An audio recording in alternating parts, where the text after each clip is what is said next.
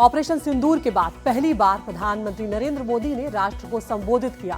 उन्होंने कहा 22 अप्रैल को पहलगाम में आतंकियों ने जो बर्बरता दिखाई थी उसने देश और दुनिया को झकझोर कर रख दिया था। प्रधानमंत्री ने यह भी कहा कि बीते दिनों में हमने देश का सामर्थ्य और उसका संयम दोनों देखा है।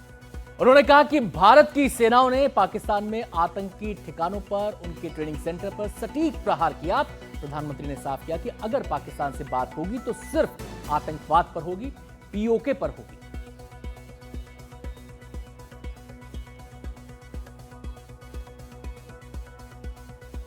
तो यहां पर सुनते हैं प्रधानमंत्री के संबोधन की बड़ी बातें। ऑपरेशन सिंदूर न्याय की अखंड प्रतिज्ञा है।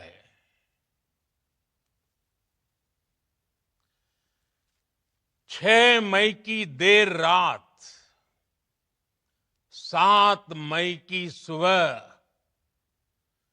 पूरी दुनिया ने इस प्रतिज्ञा को परिणाम में बदलते देखा है।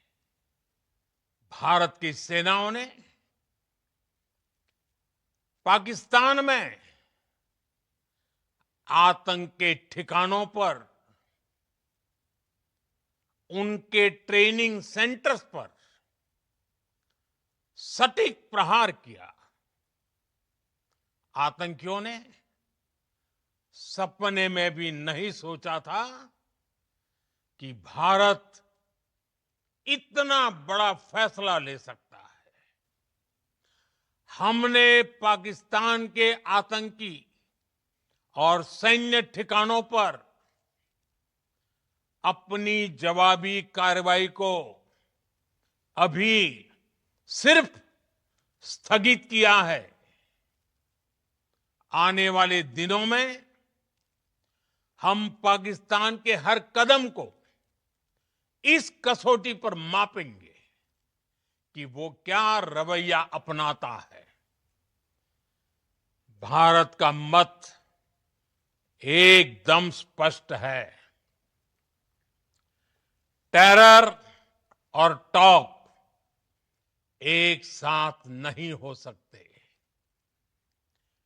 टेरर और ट्रेड एक साथ नहीं चल सकते, और पानी और खून भी एक साथ नहीं बह सकता। अगर पाकिस्तान से बात होगी तो टेररिज्म पर ही होगी। अगर पाकिस्तान से बात होगी तो पाक ऑक्युपाइड कश्मीर, पीओके, उस पर ही होगी। कोई भी न्यूक्लियर ब्लैकमेल भारत नहीं सहेगा। न्यूक्लियर ब्लैकमेल की आड़ में पनप रहे आतंकी ठिकानों पर भारत सटीक और निर्णायक प्रहार करेगा। और हमारे सहयोगी अखिलेश शर्मा इस समय हमारे साथ जुड़ गए हैं तमाम पहलुओं पर विस्तार से बातचीत करने के लिए। अखिलेश, मैं आपसे 3 पॉइंट पर जानना चाहता हूं। पहला ये कि ये जो प्रधानमंत्री का संबोधन है इसमें देश के लिए क्या संदेश है, दूसरा ये कि ये संबोधन में पाकिस्तान के लिए क्या संदेश है, और तीसरा ये इसमें वर्ल्ड कम्युनिटी के लिए क्या संदेश है। सवाल आपका है कि देश के लिए क्या संदेश है। पहली बात तो ये कि देश जिस तरह से एकजुट दिखाई दिया पहलगाम आतंकी हमले के बाद, उस बात की पीएम मोदी ने भूरी भूरी सराहना की है। उन्होंने कहा है कि पूरा देश एक साथ रहा है उन माताओं के साथ, उन बहनों के साथ जिनका सिंदूर आतंकवादियों ने उजाड़ दिया। पीएम मोदी का देश के लिए यह भी संदेश है कि आतंकवाद के खिलाफ पूरा देश एकजुट है, और आतंकवाद के खिलाफ जो लड़ाई चल रही है ये आगे भी जारी रहेगी। जब भी इस तरह की कोई कार्रवाई या कायराना हरकत पाकिस्तान की ओर से की जाएगी, भारत उसका जवाब देगा। ये भी देश के लिए संदेश है कि सिंधु जल संधि, जो एक महत्वपूर्ण संधि थी जिसको कि भारत ने अब सस्पेंड कर दिया है, उसको लेकर के भारत गंभीर है और आगे देश के हित में इसका प्रयोग किया जाएगा। देश के लिए यह भी संदेश है कि किस तरह से अगर कोई अब आतंकवादी हमला होता है तो उसको युद्ध माना जाएगा और भारत उसका उसी तरह से जवाब देगा। अब बात कर लेते हैं पाकिस्तान की।